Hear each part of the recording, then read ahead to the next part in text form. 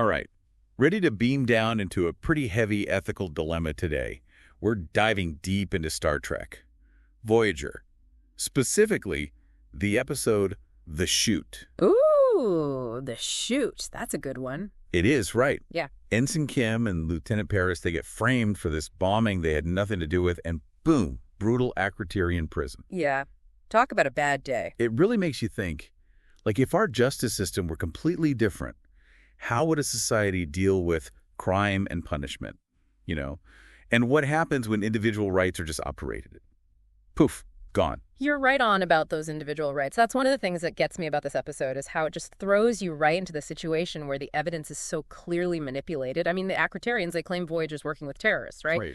Yeah. All because they found traces of trilithium on Kim and Paris's clothes. And it's like, gotcha. But hold on, Voyager uses dilithium, right, for power. Exactly. And dilithium can be converted into trilithium. It's hardly what you call a smoking gun. It's flimsy evidence at best. It really makes you think about how we see information, especially when it comes from people in authority. Do we ever question the narrative, even when something feels off? I mean, the Akritirians are so convinced they don't even try to listen to Voyager. It's scary, right, how easily information can be twisted, even with all their advanced technology. But then it gets even more intense when Kim and Paris get inside the prison, right? Oh, absolutely. No guards, hardly any food, constant violence. It's like a recipe for chaos. It is chaos, and I think that's exactly how the Akritirians designed it. Like, they want to strip away any sense of community or support, you know? So the prisoners are just fighting to survive. Makes them easier to control. Exactly. There's that one scene where Kim has to trade his boots just for some basic supplies. Imagine that desperation. Ugh, that's rough. And then on top of everything else, there's that clamp thing they put in every prisoner's head. The thing that amps up their aggression. It's like something out of a nightmare.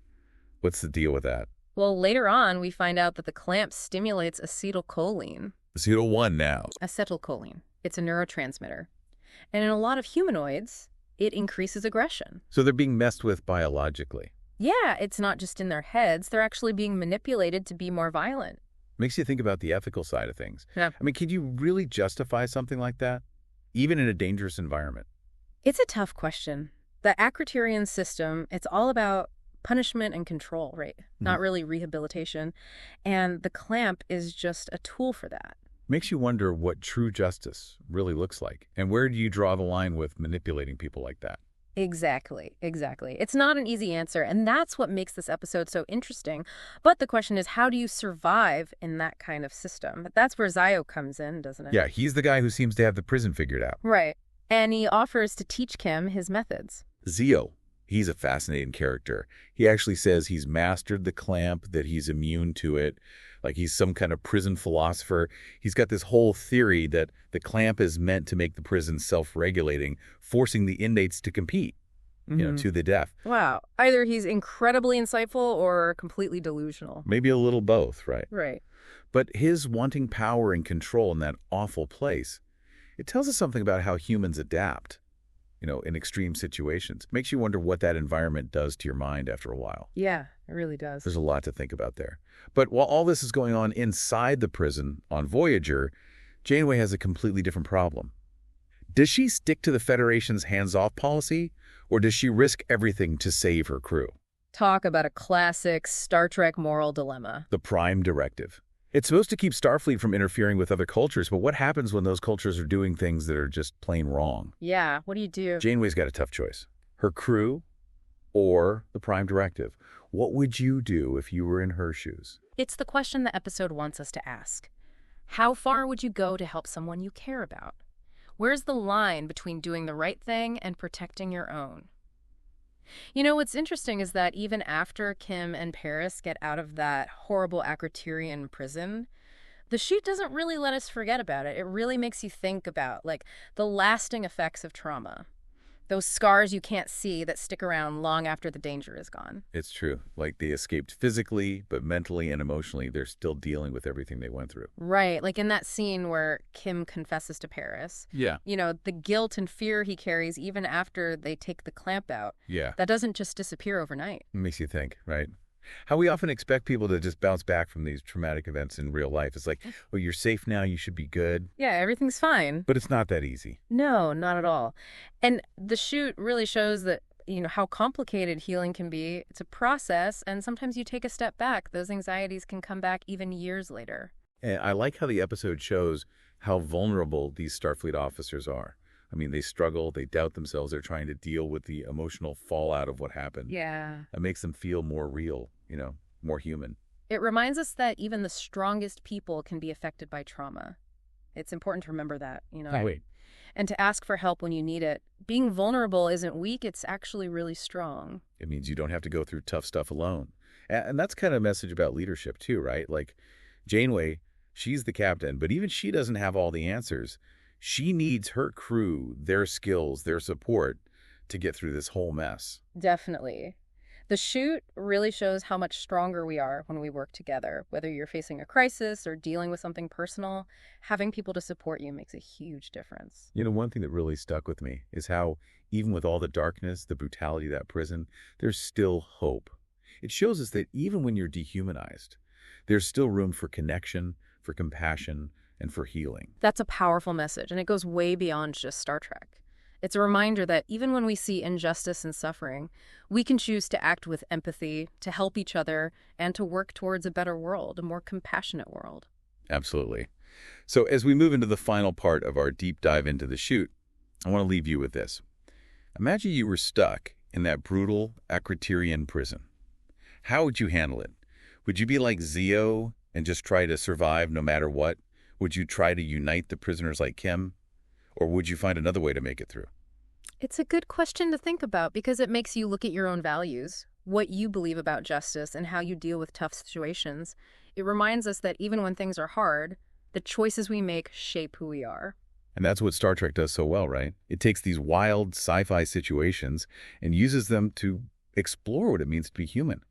It makes us think critically about the world we live in. Exactly. So until next time, keep exploring, keep asking questions, and keep diving deep into those stories that make you think and help you understand yourself and the universe a little better. It's wild, right? Kim and Paris, they get out of that awful Akritirian prison, but the Chute doesn't let us off that easy. It really makes you think about the lasting effects of trauma, like those hidden scars that stick with you even after the danger is gone. Yeah, I see what you mean. It's like they're free physically, but mentally and emotionally, they're still wrestling with everything that happened in there. Like when Kim confesses to Paris, remember? He's still carrying all that guilt and fear even after they get the clamp removed. Right. It's not something you just shake off. Not at all. And I think the Chute does a great job showing how complex healing really is. It's a process, and it's not always pretty. There are setbacks, and anxieties can pop up again even years down the line. And I like how they don't try to make these Starfleet officers seem invincible. I mean, we see them struggle, doubt themselves, and just try to deal with the emotional fallout. Yeah, it makes them more human, more relatable. Totally. It reminds us that even the toughest, most capable people can be deeply affected by trauma. And it shows how important it is to reach out for help, to have support when you need it. Like, admitting you're vulnerable isn't weak, it's actually a sign of strength. Absolutely. It's recognizing that you don't have to go through tough stuff alone. And, in a way, that's a message about leadership, too. Like, Janeway, even though she's the captain, she doesn't have all the answers. She relies on her crew, their expertise, and their support to get through this whole situation. Exactly. The Chute really highlights the idea that we're stronger together. Whether it's dealing with some huge crisis or a personal struggle, having that network of support makes all the difference. It really does. The thing that sticks with me is that even with all that darkness, that brutality, and that Akritirian prison, the episode never completely loses sight of hope. It shows us that even when you're stripped of your humanity, there's still the possibility of connection, compassion, and ultimately healing. That's a powerful message. And it goes beyond Star Trek, It reminds us that even in the face of injustice and suffering, we can choose to act with empathy. We can support each other and work towards building a more just and compassionate world. Well said. So as we wrap up our deep dive into the Chute, I'll leave you with this thought. What if you were thrown into that brutal system? How would you navigate it? Would you follow Zio's lead and just focus on surviving no matter what?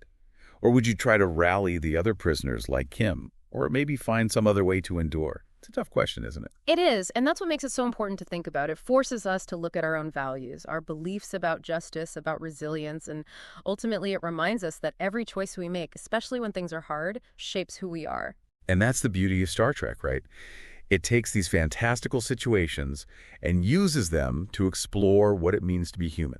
It pushes us to think critically about the world we live in and the choices we make. So keep exploring, keep asking those tough questions, and keep seeking out stories that make you think and challenge your perspective. Until next time. Live long and prosper.